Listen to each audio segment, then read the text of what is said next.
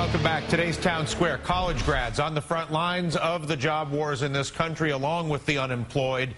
And the Economic Policy Institute saying that the class of 2010 not only entered a labor market with the highest unemployment in a generation, but they left school at a time when joblessness for recent college grads is higher than at any time in the last 35 years. And government reports show only 2 of the 10 fastest growing jobs require bachelor's degrees. Some are asking if it's even worth it to go to college, especially when you factor in the student debt and all the interest that is being paid to the banksters so they can hang out on the boat while they convince you to accumulate student debt and then hang around without a job.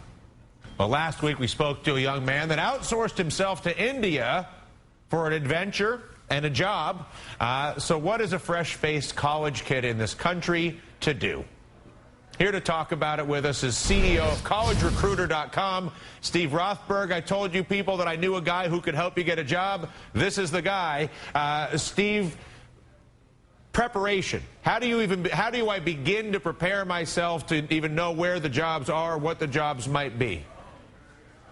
Well, I think one mistake that a lot of job seekers, especially students and recent grads, make is that they try to make a decision based upon the next 2, 3, 4 years and extrapolate that over a lifetime. You know, forget where you're going to work for the next 60 years. Who knows what the jobs are going to be like even 10 years from now?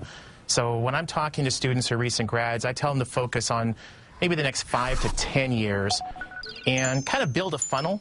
Look at the different industries, then within the industries, look at the different organizations, whether they're government, nonprofit, for-profit corporations, and then drill down to departments and hiring managers. Do you think it's more important to try to find work where you're likely to learn a lot, more important to try to find work where it's going to create options for other work, or more important to find work that just pays a lot of money?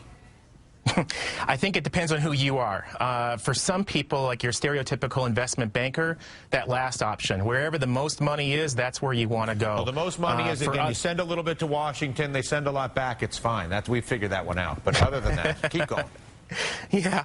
You know, I think for most of us, being happy at work is far more important than maximizing every last dollar. You know, we need to pay the rent, we need to buy our food, but, you know, whether our car is 5 years old or 5.5 years old, it doesn't really matter all that much to the most of us. So I really urge people to look for a job where they're going to be the happiest. I want you to close your eyes. I'm going to paint a picture. Instead of me being a television host on MSNBC, I'm in my parents' basement. I graduated 2 months ago. I've been watching TV. I don't have a job, and I'm trying not to pick up the bong again. I joke. I don't have a job in the basement. What do I do? Well, probably what you have been doing is spending all your time online. You've been going to job boards like ours. That's fine. That's good. But get out from behind the computer. Use the job boards for a day or two, and then get out and actually spend the time looking for a job in the most productive way possible, and that means networking. Talk to your family, your friends of your family, your friends, their parents, and see how you can help them. Volunteer. Every organization, whether it's a Habitat for Humanity or the Humane Society, the people who are the most involved in those organizations on the boards and committees, they tend to be movers and shakers. And if they like what you do for the Humane Society, you're going to find yourself employed by their corporation. This sounds kind of like you got to be in it to win it. Like you got to be out there doing stuff. Yeah, if you're hanging out in the basement and applying to 3 jobs and then calling that a good day, if you find a job, please let me know, because that's pretty much a miracle.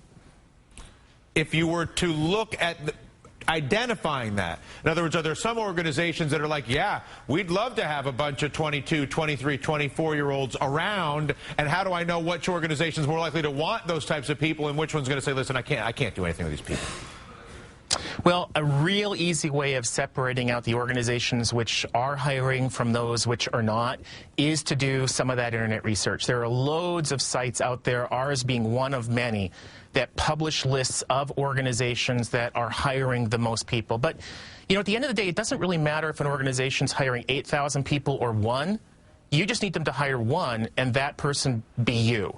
A lot of people find jobs by creating a job, by going in and doing an unpaid internship or a lowly paid internship for a friend of the family and showing that organization that they have to hire.